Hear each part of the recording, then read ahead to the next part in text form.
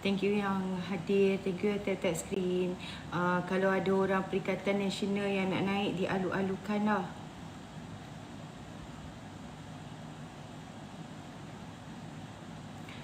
Assalamualaikum Kim. Hai semua. Dah 5K belum? Sikit lagi korang. Sikit lagi kita nak 5K. Tak sabar ni. Tak sabar nak bercerita. Tak sabar nak bercerita. Hari pun bercerita kat sini. Tak pernah tertinggal sehari pun. Okey. Satu perkara yang saya nak bacakan di sini sebelum saya start ni. Okey. Saya bacakan kenyataan media daripada pengarah Jabatan Siasatan Jenayah. Dengar elok Polis Diraja Malaysia PDRM mengesahkan telah menyiasat berhubung hantaran didakwa berunsur fitnah ke atas isteri Yang Amat Berhormat Perdana Menteri dan menyangkal dakwaan oleh pihak-pihak tertentu berhubung isu kegagalan menjawab soalan pegawai penyiasat semasa rakaman percakapan diambil di bawah Seksyen 112 Kanun Tata Cara Jenayah. Sebaliknya, keengganan memberi kerjasama dilihat dari konteks memberi maklumat. Kegagalan memberi maklumat berhubung capaian kepada data berkomputer sebagaimana peruntukan Seksyen 116B Kanun Tata Cara Jenayah dan Seksyen 249 Akta Komunikasi dan Media 1998. Melalui peruntukan ini, seseorang pegawai polis yang menjalankan suatu penggeledahan hendaklah diberi capaian kepada data berkomputer termasuk diberi kata capaian, kod penyulitan, kod penyahsulitan, perisian atau perkakasan yang perlu atau apa-apa cara lain yang dikehendaki untuk membolehkan pemahaman data berkomputer. Jadi bagaimana pihak polis nak membuat siasatan kalau tak ada kerjasama daripada orang yang nak disiasat? Kalau kita tak salah, kita tak payahlah nak nak degil, tak nak bagi kerjasama kepada polis dan sebagainya. Jadi Kertas Siasatan telah dirujuk kepada Pejabat Peguam Negara selari dengan peruntukan perkara 145/3 Perlembagaan Persekutuan dan masih di peringkat kajian PDRM ingin menegaskan bahawa tiada sebarang penyalahgunaan kuasa atau penyelewengan berlaku dan siasatan dijalankan secara profesional berdasarkan prosedur yang ditetapkan oleh undang-undang. Ini adalah kenyataan daripada Polis Diraja Malaysia sendiri. Okey? Jadi yang mengatakan, janganlah siasat saya, siasatlah Netanyahu, bukan saya yang upload gambar tu, Netanyahu yang upload. Gitu. Tak minum air dah. Okey. Jadi nampaknya Kertas Siasatan telah dirujuk kepada Pejabat Peguam Negara dah tak lama dah nampaknya.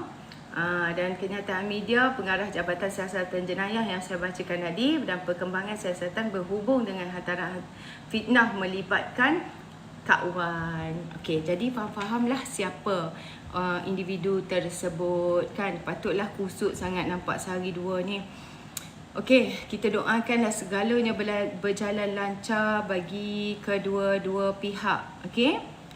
Kita ni kalau kita nak cerita, kita cerita berkenaan dengan benda yang berfakta, benda yang nyata, benda yang ada data dan juga benda yang melalui laporan berita kan.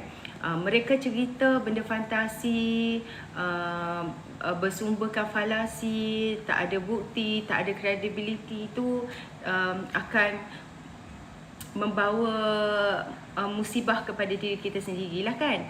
Jadi tapi yang data dan berfakta sukar dicerna sebenarnya.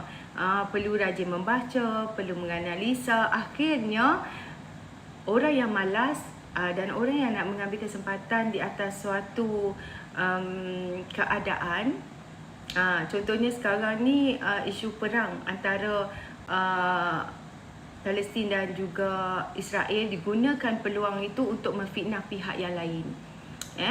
Jadi yang fantasi ni lebih sensasi. Yang fitnah ni lebih seronok didengar. Yang fitnah yang diada-adakan cerita ni dan yang ada sentimen thank you Dahlia, sentimen bermain api, menambah minyak kepada yang sedia benci akibat sakit hati tak dapat menjadi kerajaan of the day lah. Jadi hari ini mereka mengharapkan supaya bila subsidi ayam dilupuskan, harga ayam akan melonjak naik. Tetapi sebaliknya berlaku, harga ayam pula turun. Harga ayam turun pula dah korang kan. Hari pertama penamatan subsidi, terima kasih Abang Ayam. Abang Ayam bagi bunga. Hari pertama pengamatan subsidi dan kawalan harga ayam, kalau ikutkan YB MUA, Syed Saddiq yang terjerit-jerit, MP PAS, PN pun tumpang semangkuk, ditambah ahli ekonomi tak bertauliah di kalangan penyokong PAS dan PN pula, sewajarnya harga ayam ni mestilah naik, betul tak? Naik tak adalah naik sikit-sikit, maknanya naik mestilah naik mendadak, betul tak? Tapi tiba-tiba harga ayam turun. Baru tak baru, tapi bila bermula, terima kasih Rizwan, bila bermula pada 1 November ni, dikatakan harga ayam akan naik dan sebagainya. Orang peniaga ni, kalau dia nak naikkan harga, memanglah sebab harga itu apungan. Dia melihat kepada situasi, sama ada itu bagaimana. Okey, kita akan kupas lah. Okey, RM12, memang RM12.9 grade B, betul, itu harganya, betul-betul. Jadi wajib dia kata naik mendadak sebab semalam masing-masing beroyan lah berkenaan dengan harga ayam ni. Masing-masing kata harga ayam akan naik hari ni kan, they lost their mind already. Kita nampak pula pakar-pakar ekonomi yang cedok kok mana pun kita tak tahulah, dia mengaku dia pakai ekonomi, lepas tu mengatakan harga ayam hari ni akan naik mendadak dan sebagainya. Dia mainkan sentimen panik kepada orang-orang yang pembeli ni dan pengguna ni. Korang bayangkanlah, semalam ada satu akhbar tu, dia bukan akhbar lah, aku tak tahu portal mana, portal di Facebook. Dia kata kalau nak beli ayam, beli hari ni, beli banyak-banyak, dia kata buat stok sebab esok ayam mahal kan. Dan sebabnya ayam pun masuk dalam ekonomi penawaran dan permintaan, supply and demand. Betul juga, tak semestinya dia akan murah selalu. Bila dah diapungkan, dia bergantung kepada supply and demand. Dan dulu pun macam itu juga. Dulu pun tahun 2018, tahun 2016, bila banyak keduri kahwin, masa cuti sekolah kan, permintaan tu tinggi, jadi harga tu akan mahal sikit daripada biasa.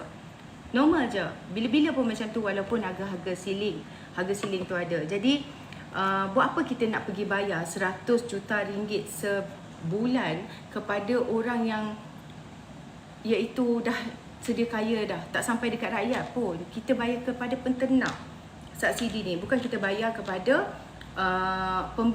pengguna macam kita ni. Bukan kerajaan bayar kepada pengguna, ini duit rakyat. Begitulah. Kalau kita dapat lihat, harga telah kurang kan. Begitulah yang telah dibaca dan dikaji oleh kerajaan sebelum menamatkan subsidi yang memakan belanja 1 bilion setahun. Memakan belanja lebih daripada 1 bilion lah, 1.2 bilion. Sebab 100 juta sebulan kita bayar. Jadi jangan percaya kepada Syed Saddiq dan lebay-lebay PAS ni. Asas ekonomi pun dia mungkin tak faham. Jadi kerja diorang ni bakar emosi rakyat saja, bukannya nak bantu stabilkan ekonomi pun sebenarnya kan. Jadi kalau kita tengok update hari ni 1/11/2023, harga ayam tanpa subsidi dan ayam siling, ramai yang harap hari ni ayam naik sampai RM10 sekilo, RM11 sekilo. Tapi nampaknya tak kesampaian. Walau-walaupun kita percayalah diorang ni 1.2 bilion, betul. Diorang ni tahap nak hempas iPhone pula, handphone lah hari ni kan. Kalau kita boleh lihat, nanti mesti ada yang komen, alah tunggulah 3 bulan macam tadi tu. Dia kata, tunggulah lepas ni. Betul, kita akan jumpa dengan orang-orang macam ni. yang akan komen, tunggulah 2-3 bulan lagi ayam mesti naik. Okey, lepas 3 bulan sudah pasti bukan berpunca daripada penarikan subsidi. Kita berbicara tentang hari ini. Jika tak subsidi ditarik dan hari ini harga lebih murah daripada harga yang sebelumnya, bermakna ia ada kena mengena dengan penarikan subsidi itu sendiri. Kalau dah 3, 4, 5 bulan yang akan datang, ia tak kena mengena. Sebab kita orang nak tengok selepas subsidi ditarik, adakah ia akan menyebabkan harga ayam naik mendadak. Sebab peniaga ni dia kira start daripada berapa hari bulan. Dia tak kira kau ada stok lama atau tidak. Sama juga dengan peniaga beras. Kalau dah beras import tu naik, walaupun dia jual stok lama, dia peduli apa? Dia nak untung. Betul tak? Jadi tak payah nak komen berkenaan dengan lepas ni 3-4 bulan. Kalau 3-4 bulan lepas ni, kalau lah masa tu musim cuti sekolah, masa tu musim orang berkahwin, of course lah harga dia akan tinggi sebab demand dia tinggi. Jadi kena pandai ekonomi supply and demand tu sendiri. Saya pun bukannya orang ekonomi, tapi bila kita berbicara di sini tiap-tiap hari berkenaan dengan ekonomi, apa yang orang kongsi, orang yang cerdik ekonomi kongsi dan sebagainya, kita serap lah. Jangan kita jadikan itu macam masuk tengah kanan keluar tengah kiri, kan? Kita yang tak pandai pun, kita belajarlah. Jangan lama-lamanya jadi tak erti, jadi bodoh. Itu bukan salah orang dah, itu salah kita sebab kita tak nak belajar, kan? Jadi sudah pasti bukan berpunca daripada penarikan subsidi kalau harganya naik dalam masa 2-3 bulan lagi. Jadi penamatan harga siling bukan juga puncanya, tapi atas faktor lain lah. Mungkin demand masa tu tinggi. Nak bincang, kita bincang secara objektif. Bukan bersandar kepada emosi semata-mata. Sebab saya tengok orang daripada penyakau nasional ni, dia selalu berhujah dengan emosi. Nak sandar pada emosi, jadilah macam yang selalu timbul dalam komen tu. Berhujah dengan emosi. Nak sandar dalam komen tu. Bila kita dengan emosi dalam bulan Jun 2022, kerajaan U-turn dan kita sokong keputusan kerajaan masa tu. Sekarang kerajaan teruskan atas 2 faktor. Pertama, harga jauh lebih murah dari harga siling dan bekalan dalam pasaran sudah mula stabil.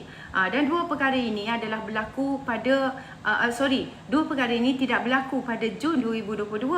Harga menggila jika diteruskan semasa itu. Jadi kenapa subsidi dan harga kawalan telur diteruskan oleh kerajaan Madani sekarang ini? Lihat 2 faktor lah. Walaupun isu bekalan sudah berjaya dikawal, iaitu bekalan telur sudah berjaya dikawal, namun harga semasa masih lekat ke harga siling. Ada tempat yang lebih murah tetapi masih dekat dengan harga siling. Tapi jadi belum sampai masanya untuk telur ini dihapuskan subsidi. Jadi apa pro and cons sebenarnya kepada penarikan balik subsidi dan penamatan harga shilling ini?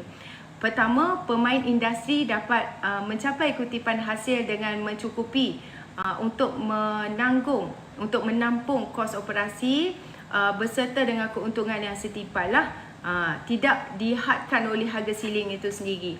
Okey? Jadi oleh kerana kos operasi ini berjaya ditampung beserta dengan margin keuntungan, operasi akan berjalan seperti biasa.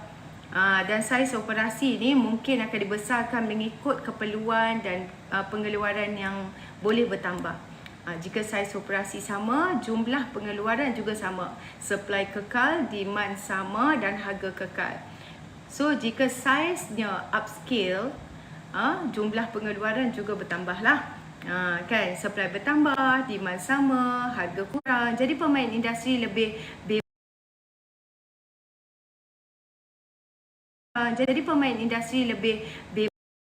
barang ikut keperluan. Sebagai contoh,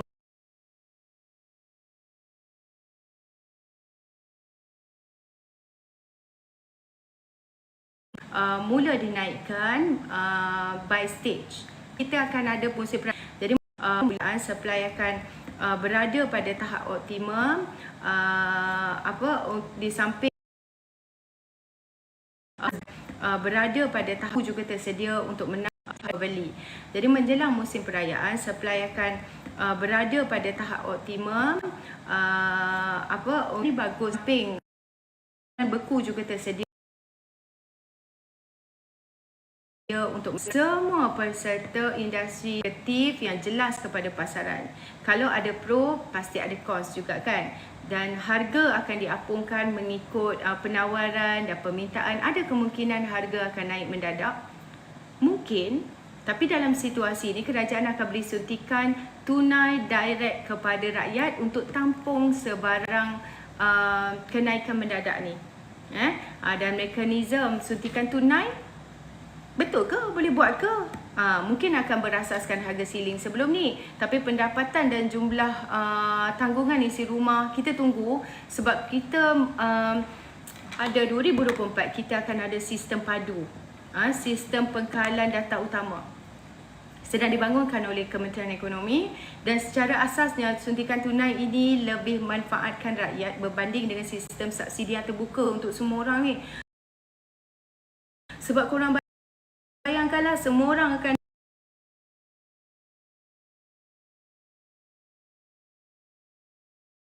buka untuk semua orang ni.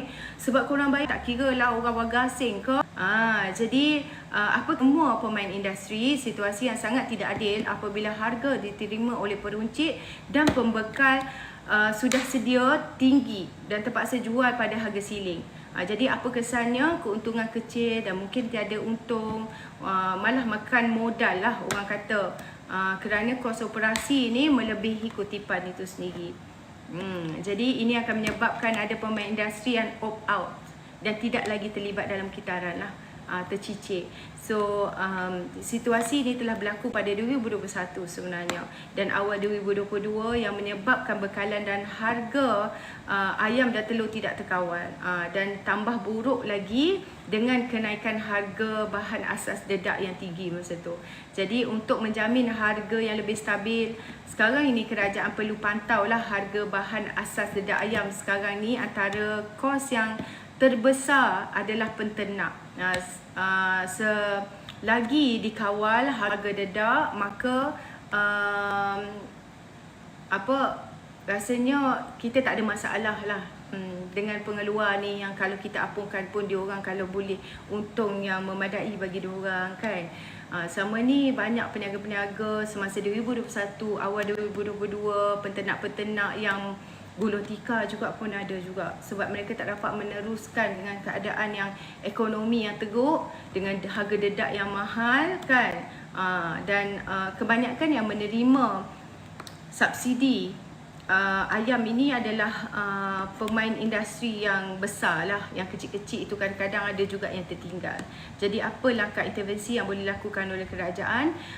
Dia pernah import secara pukal apabila harga dunia rendah untuk menjadikan stok penimbal dan menggalakkan tanaman dalam negara, seperti sebelum ni kita import, let's say lah, saya tak pastilah bawang boleh ditanam atau tidak di negara kita kan. Semua Allah Maha mengetahui segalanya, insya-Allah. Ya Allah, segala dengan izinnya, betul. Jadi dan mungkin boleh mempergiatkan R&D untuk explore alternatif lain untuk menjadikan makanan haiwan seperti kulit udang, cengkerang dan siput, dan juga thank you Eti, dan bahan asas lain yang lebih ekonomi dan mudah didapati lah. Mungkin sisa buangan industri F&B seperti hampas dan buah-buahan boleh diketengahkan untuk mempromosi kelestarian awam tu sendiri. Dan subsidi dedak itu untuk mengelak harga dedak meningkat secara mendadak. Dan saya dengar hari tu, kalau tak silap saya, Negeri Sembilan rasanya ada buat program menanam jagung untuk dijadikan dedak sebenarnya. Saya tak tahulah prestasinya sekarang macam mana. Mungkin in the future lah kita tengok bagaimana berjaya atau tidak penanaman tersebut. Sebab hari itu kita invite timbalan KPDN tu pun sendiri. Memang dia mengatakan bahawa mereka berusaha untuk menanam jagung di Negeri Sembilan, tak silap saya lah. Kebekasanan atau kejayaannya tak pasti lagi bagaimana. InsyaAllah kita akan invite sekali lagi Timbalan Menteri KPDN, sebab dia seorang yang rajin dan tak loket ilmu Lepas tu tak sombong pula tu kan. Jadi kita tanya apa saja dia boleh jawab, insya-Allah. Dan hari ni harga ayam macam biasalah.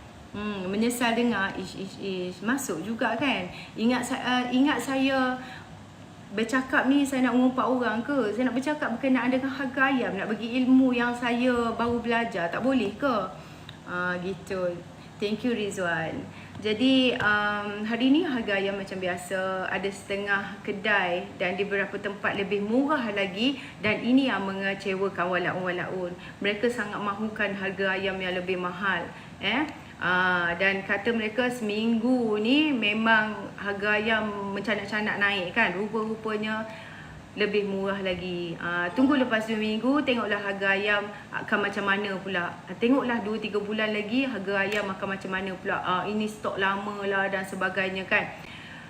Jika anda peniaga ayam ingin untung lebih hari ini, bolehlah jual ayam kepada walaun dengan harga mahal. Sebab walaun tak suka harga murah, walaun suka harga mahal. Thank you. Terima kasih Naura. Thank you Ahmad Sofian. Okey, silakan naik-naik atas. Kawan-kawan sekalian, siapa ada kat bawah ni tak nampak ni? Geng-geng tak masuk lagi ni. Anda cakap membebel seorang-seorang ni, nanti orang takut orang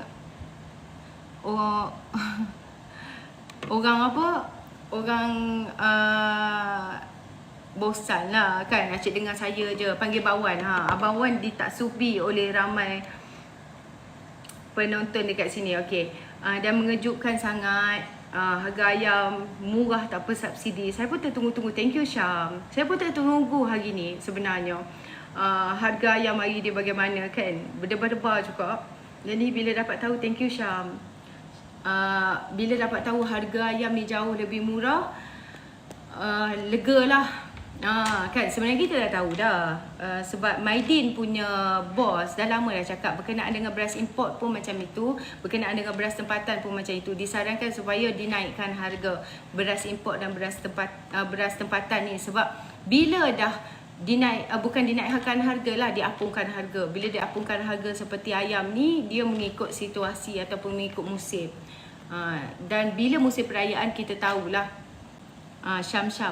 Bila musim perayaan ni kita tahulah harganya akan dikawal oleh kerajaan. Thank you SOXO. Abang Wan baru habis live. Itulah nanti Abang Wan akan sambung masuk kat sini. Kita tahu kan setiap kali perayaan harga barang asas ni, thank you Togos, akan dipantau oleh kerajaan. Jadi kita tak risau berkenaan dengan. Hello, Assalamualaikum.